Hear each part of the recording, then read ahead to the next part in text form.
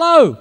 Welcome to show 174 of Melbourne Musos. How you going? My name is Chris Quinlan, and welcome to a beautiful spring afternoon. Okay, when I'm taping the show, I don't know if you can see it on TV, but in the background it looks terrific. Anyway, there you go. That was a short little solo based on a triplet figure, which is often referred to as a Bembe pattern. And it's spelled B-E-M-B-E. And I don't know how close to the original I probably made it sound. It's obviously an original thing that I've been doing here with this pattern. But basically, getting straight into it, the Bembe pattern is just a consistent, for me, a consistent bass drum pattern of 1 to 2 to 3 to 4 to 1 to 2 to 3 to 4. Which is based on triplets.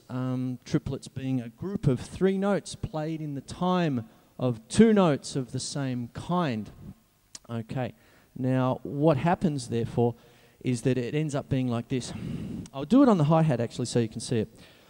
1 and 2 and 3 and 4 and 1 and 2 and 3 and 4 and 1. There you go. And you build it up a bit. 1 and 2 and 3 and 4 and 1 and 2 and 3 and 4 and 1. Now that's popularly known as a shuffle pattern. Okay, so I'll play a shuffle pattern for you just so you can see what it is as a rock beat. Okay, shuffle rock if you like. Here we go.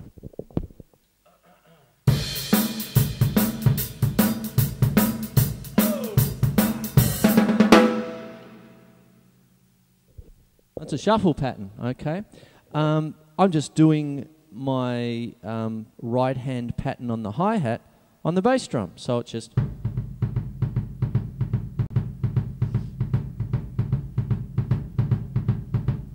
That's it there, see? And then I just add the hi-hat on 2 and 4, so it's just this.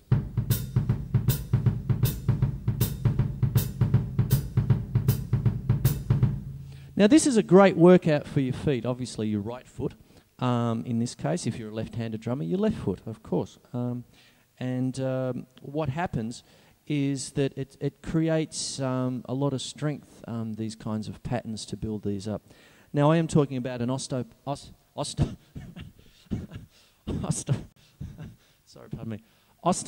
pattern. Let me get my new teeth right. Sorry, pardon me. Ostinato pattern, which means a repeated musical phrase. And then you do lots of stuff with that. So maybe I'll just play a rock beat with this Bembe pattern. Here we go.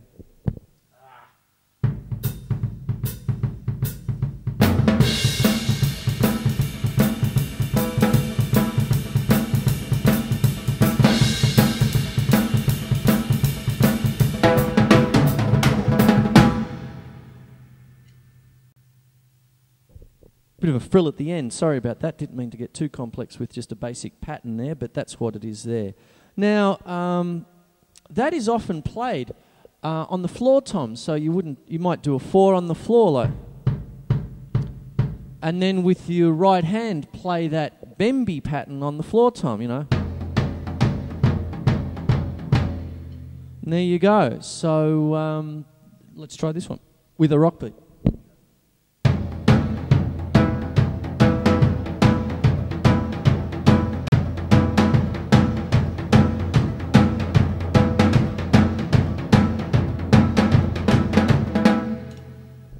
That's that.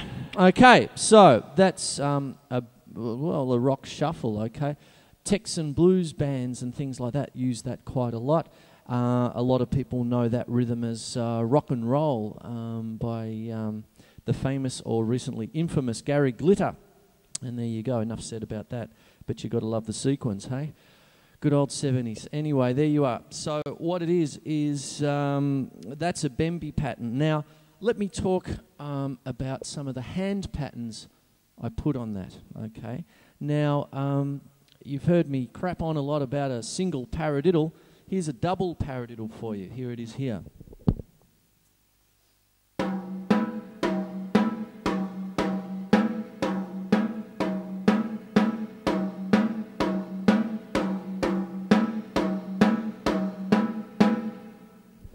Now, if you didn't pick that up, that is right, left, right, left, right, right, left, right, left, right, left, left. Okay, and there you go. That's a double paradiddle. 2 right lefts, then a right right. Then 2 left rights, then a left left. So it's right left, right left, right right, left right, left right, left left. You don't play it like that, it's continuous. It's right, left, right, left, right, right, left, right, left, right, left, left, right, left, right, left, right, right, left, right, left, right, left, left. Get it? Got it? Good. Okay, and that's a double paradiddle. Now let me get a little bit theoretical here. When you first learn a double paradiddle in drum lessons, which all of you should be taking with your local drum teacher wherever you are in metropolitan Melbourne or elsewhere, that's a plug for all of us drum teachers. What it is you would probably first learn it in 3/4 time, meaning 3 beats in the bar, okay? And what that is 1 and 2 and 3 and 1 and 2 and 3 and. Sorry, I'm a bit distracted. My phone's going. I think I know who it is too. Anyway, what happens is you've got 3/4 there as a time signature. 3/4 meaning 3 quarter note beats in the bar. Now that's fine. That's 3 beats in the bar. But the way that I was playing it in the opening solo was essentially in 6/8. Okay. Or if you wish 12/8, depending on what notes you want to talk about. Now let me talk about that a little bit. 3/4 is what's called simple triple time, meaning it's a simple time based on normal notes. A compound time is a time signature that is based on dotted notes or odd groupings. Now essentially, being as simple as possible, a compound time is multiples of 3. So if you have a double paradiddle, which is if you add up the right, left, right, left, right, right, left, right, left, right, left, left, there's 12 strokes. You could put that into 12/8, okay, time, because it's 12 eighth notes in the bar in groups of 3. So that's a bit technical. I hope you understand that. I don't really go about dumbing down the show. Sort of thing. If it's an advanced lesson I'm doing, it's an advanced lesson. If it's a simple lesson, it's a simple lesson. But basically what we're talking about is a 12/8 time signature, which you count 1, 2, 3, 4, 5, 6, 7, 8, 9, 10, 11, 12, which gives you a feeling of 3, okay? Like 1, 2, 3, 1, 2, 3, 1, 2, 3, 1, 2, 3, like that. Now if I was to play it like that, it ends up like this.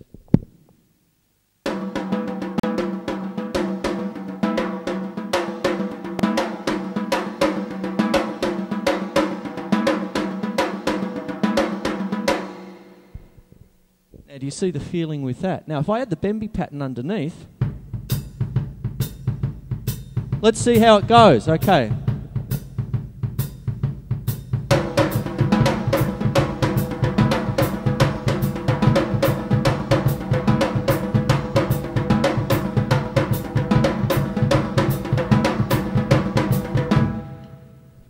There it is. That's a Bembe pattern. Now, at the start of the lesson, I showed you the Bembe pattern as triplets. I have shown you a double paradiddle in 12/8 time. Now, this is a big thing in music.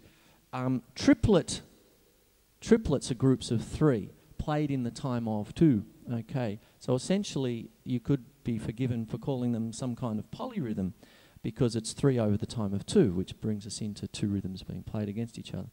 A triplet, in essence, is probably the most common polyrhythm played in the world. So that's a testament to polyrhythms not really being hard, okay, for all you drummers out there.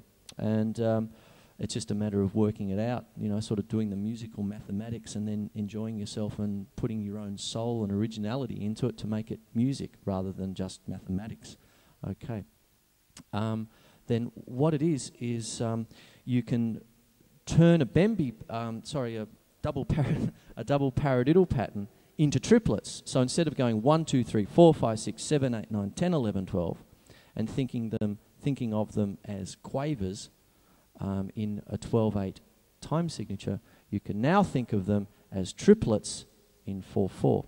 So instead of 1, 2, 3, 4, 5, 6, 7, 8, 9, 10, 11, 12, you're essentially counting 1 under, 2 under, 3 under, 4 under. And there you have paradiddles played as triplets, and you get that feeling of 3. Keeping it really simple, it's feelings of 3. Now, let's talk about how I get around the kit with that. I'll play a little bit more. I'll just start off. I started the opening solo with the feet and then brought the hands in. This solo I'm going to start with the hands and then I'm going to bring the feet in, okay? But essentially the same material tonight, okay? Here we go.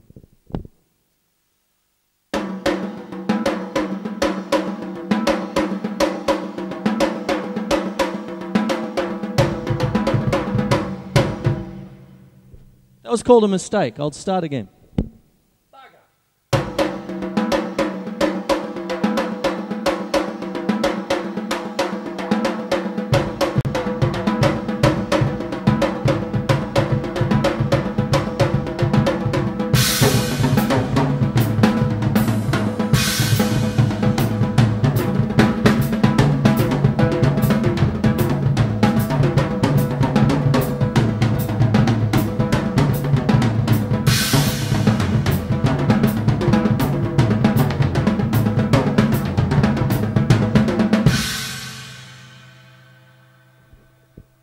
The title of that solo was called Rough as Guts.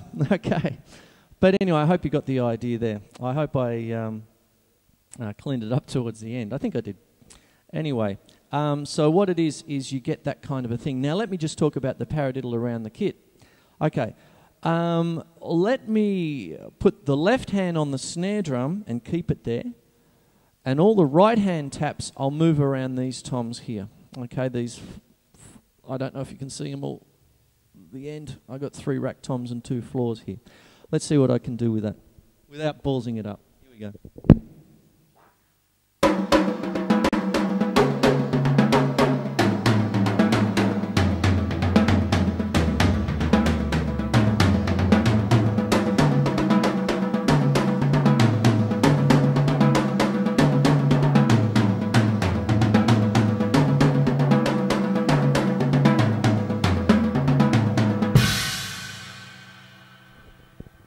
Could you hear that? Dun ding dun dun da dun dun. Okay. Put the Bembe pattern with it, and then I'll put the foot pattern with it and see what we come up with here.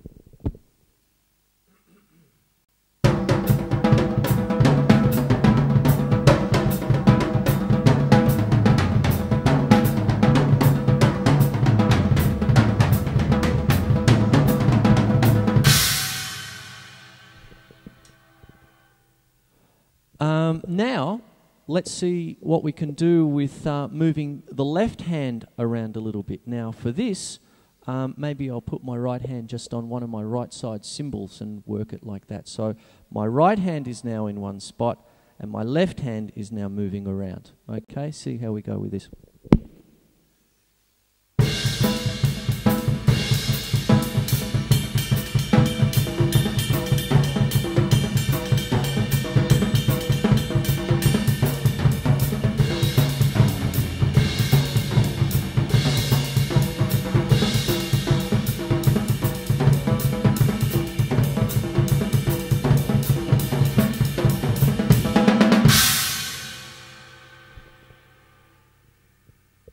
So that's a little bit with the left hand moving around, with the right hand on the cymbal there, or a few cymbals actually. And there we go. So there's that bit for you there. Now, out of camera shot, but you saw them on episodes 172 and 173, is my piccolo toms, which are very tonal. There you go. Double paradiddle now, just both hands on these toms here, and I'll just try and come up with a melodic pattern, but the melodic pattern comes from the sticking of the double paradiddle here. Okay, here we go.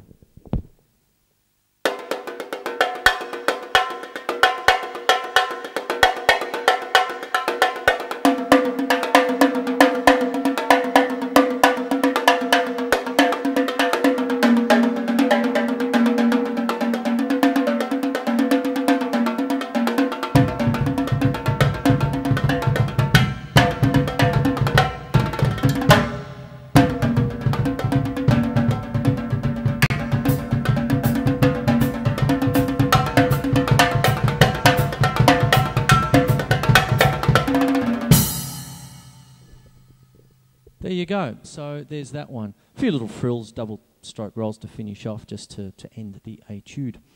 That's another word that I've used quite a lot. What it is an etude, E-T-U-D-E, for you pianists out there. That's obviously some kind of study that involves a particular movement with your fingers or hands. Well, this is an etude for the drum set, basically sticking with the double paradiddle. Okay, so it's a study, a piece of music coming from a particular technique. Tonight's technique, I'm employing the Bembe pattern with the feet, essentially mostly with a double paradiddle with the hands, but obviously a few frills and fancies along the way as well. Now, what I'll do now, I've just introduced the piccolo toms on my left-hand side here, and I've talked about the toms here. We can sort of create some kind of musical dialogue, as you would say, between the piccolos and the toms on this side. So, essentially, this is something about drum technique too. A drummer often, because of his equipment and the nature of the beast, you know, the nature of our instrument, we have to have pretty good peripheral vision, much the same way as a football player needs to have. You know, like just knowing the things around him. We have cymbals behind us even, you know, like or wherever we are. And we just have to essentially know where they are, and then it comes down to almost like target practice, okay? You might be a great snare player in a brass band or something like that and have all this technique, but if you need to play in an orchestral situation, say on a championship, you know, thing or something like that, you need to know where the timpani is to hit it. You need to know where this special gong is and this sort of thing. So a classical percussionist needs to have pretty good vision, because the whole time the conductor needs to be in your face as well, beating time, you know, or you know, conducting, I should say.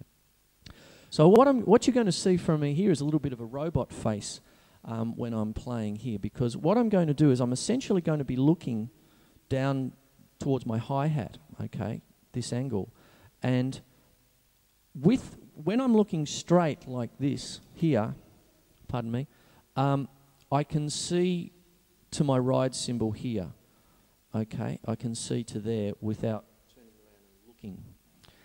When I look to my left, I can see all my piccolo toms to the end of my kit on the left-hand side. Okay. Now, obviously, this is a fairly big kit by anyone's standards, but it's not the biggest one. I see guys with drum kits that are huge, who are sort of semi-clinicians or solo artists or whatever. I suppose I'm in that category of being a solo drummer at the moment. But unless I'm doing a specific clinic for your local school or something like that, or making a TV show like this, when I go and do the dirty pub gig or whatever it is, you would just see me with pretty much the standard 5-piece kit and a few cymbals and all that sort of business.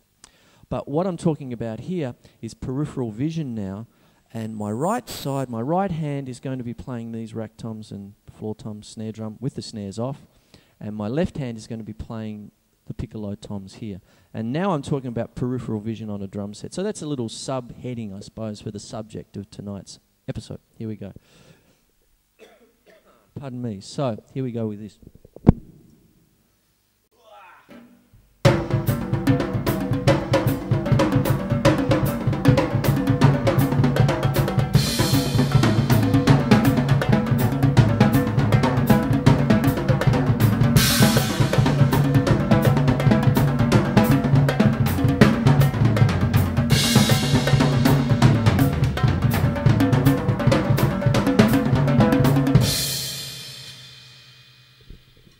I started small there. I just kept to the one side of the piccolos, but I moved around quite a bit with the right hand and added a few crashes at specific points. And I kept the double paradiddle fairly strict. Now I'll take myself off the leash a little bit. Let's see how many mistakes you can count here. Okay, but it's called improvisation, so there's no mistakes. Okay. Oh my God, I played a wrong note. No, it isn't. It's an S flat. Okay, so here we go. Let's just call it jazz. Everything is correct. Okay. Oh, sarcastic. Okay.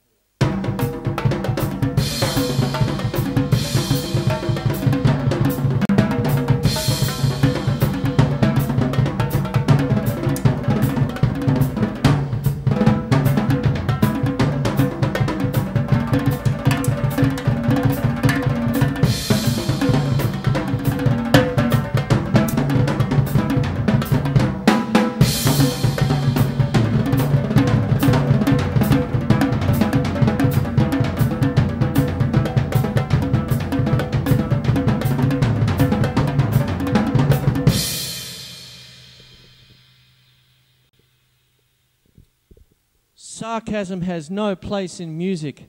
Does humour really belong in music? I think it does, actually. Anyway, Frank Zappa, 1985. Ah, there we go. That's something about moving around the drum kit. Pretty much tonight's episode has been about the Bembe pattern with the feet. I haven't played anything else really with the feet with that.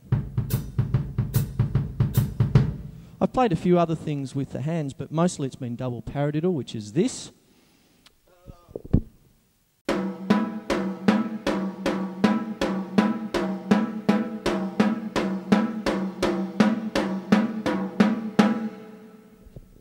Which is right, left, right, left, right, right, left, right, left, right, left, left. Okay, and there we have it. Now, I'll wrap the show up now. I have no idea where I am with time. I don't know. I didn't even look at the start. I'm probably into about 20-something minutes here. I hope it's 26. God bless you, Laurie, for putting up with me with the time limits and stuff. Sorry, Laurie works at 31. Anyway, it doesn't matter. That's another story. But what it is cheerio. So what it is episode 174. My name is Chris Quinlan. If you want to get in contact with me, the email is melbournemusos@hotmail.com. Okay. Yeah, there it is. Double paradiddles, Bembe pattern kind of thing, which is an African rhythm. Haven't gone into the history too much of it, but oh well, I'm sorry.